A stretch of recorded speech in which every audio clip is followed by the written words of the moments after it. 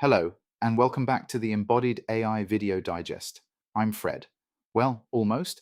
I'm Fred's AI avatar, and yes, he knows I'm here. Every week, Real Fred and I bring you the 5 stories that matter in embodied AI, one for each layer of the stack: brains, bodies, movement, usefulness, and acceptance. And this week, the machines walked into the institutions. A humanoid performed live surgery and made the cover conversation at Nature. Shanghai threw the world's biggest robot showcase.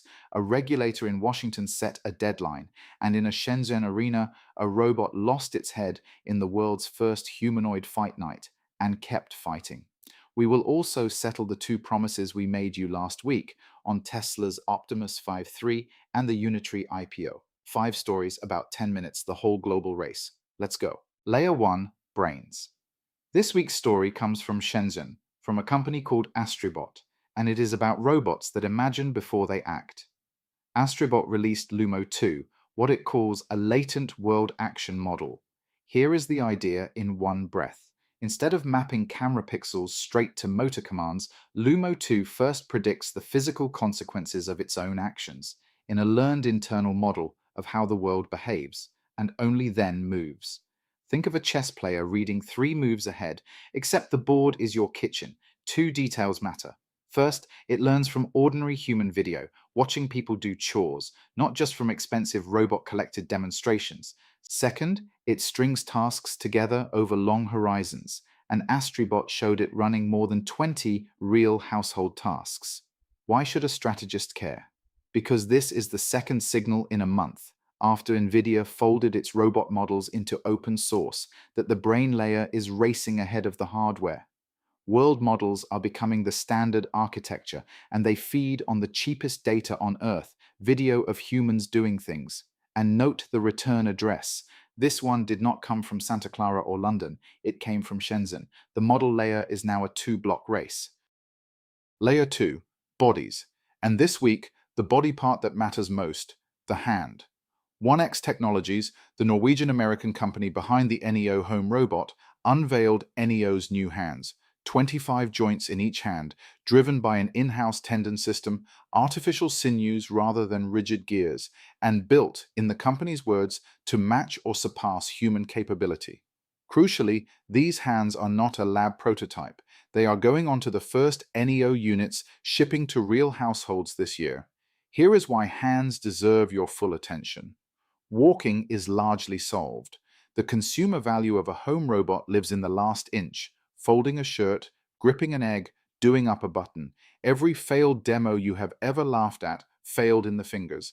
So when a company that is actually delivering robots to homes bets on 25 joint tendon hands, it is telling you where it believes the war will be won: general manipulation, not choreography, and a promise kept from last week.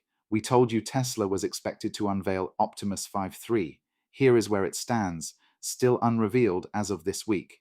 Tesla is now signaling late July or early August, timed with Optimus production starting on the old Model S and X line at Fremont, with 37 joints and 22 degrees of freedom in the hands expected.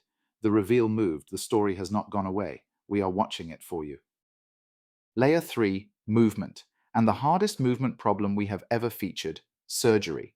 In a study published in Nature, engineers and surgeons at UC San Diego took general-purpose humanoid robots, modified Unitary G1s, nicknamed Surgi, and used them to perform live gallbladder removals on pigs. 2 operations. In the first, a humanoid operated with a human surgeon assisting. In the second, 2 humanoids worked side by side, a robot-robot surgical team, a world first. All teleoperated, a human in control at a distance, but the hands inside the operation were robot hands. Let that reframe your sense of what movement means. Football, which we showed you last week, demands speed and recovery. Surgery demands the opposite extreme: sub-millimeter precision, no tremor, soft tissue, zero tolerance. And here is the number that should stop you. The specialist surgical robot, the Da Vinci, costs around $2 million. A Unitary G1 costs about as much as a small car. If a general-purpose body can be dressed for the operating theater, it can be dressed for the dental lab, the pharmacy, The electronics bench, every high-precision niche that assumed it was safe behind a specialist machine. The general-purpose body is invading specialist territory years ahead of schedule. Layer 4. Usefulness. On Friday, the World Artificial Intelligence Conference opened in Shanghai.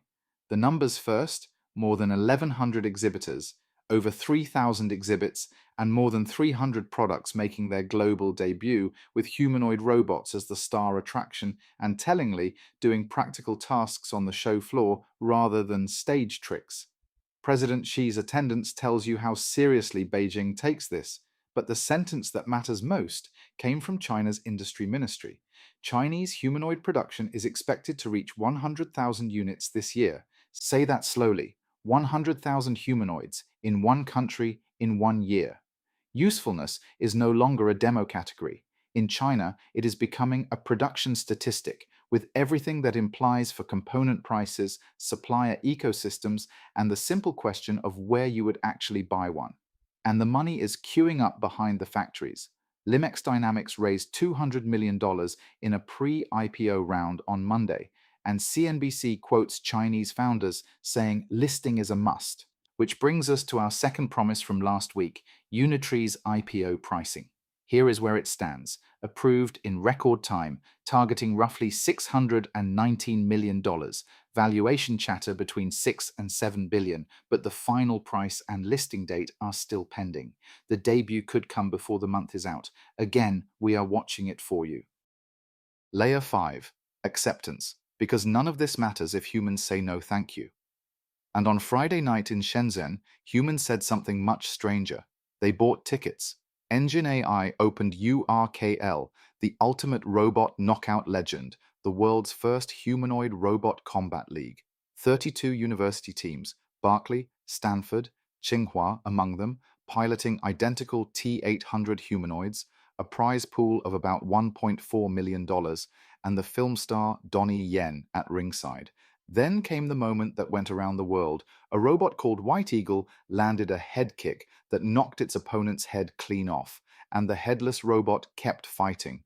The reaction split perfectly in two, and both halves are the story. Half the internet was delighted. Robot sport, new entertainment category, hardware stress-tested in public. The other half reached for the phrase killer robots, and headlines about decapitation wrote themselves. Violence as entertainment normalizes the machines and feeds the fear of them at the same time in the same clip. And while Shenzhen cheered, Washington set a deadline. The American road safety regulator, NHTSA, sent a letter to every autonomous vehicle developer in the country. Fix your robotaxi's failures around emergency scenes, the stalled cars, the blocked fire engines, and present your solutions by the end of the month. Acceptance this week stopped being a feeling and became a filing date. So, week 29. Brains, Astrobot's Lumo 2 imagines the physics before it moves a finger. Bodies, 1X put 25 joint human-grade hands on a robot that ships to homes this year. Movement, humanoids performed live surgery, published in Nature. Usefulness, Shanghai opened the world's biggest robot showcase, on the way to 100,000 Chinese humanoids this year. Acceptance, a robot lost its head in a fight cage, and a regulator set a deadline. One thread ties it all together. The machines walked into the institutions this week: the journals, the exchanges, the summits, the courts of public opinion. When robots start appearing in nature papers and regulatory filings rather than demo reels, the revolution has stopped asking for permission, and that is exactly why this digest exists. Next week, the fireworks we have been promised twice. Unitree prices its IPO and could ring the bell in Shanghai. Tesla's Optimus 5.3 window opens at Fremont, and America's robotaxi companies hand their homework to the regulator.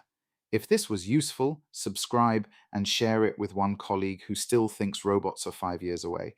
I'm Fred's avatar. He does the thinking, I do the talking. See you next week.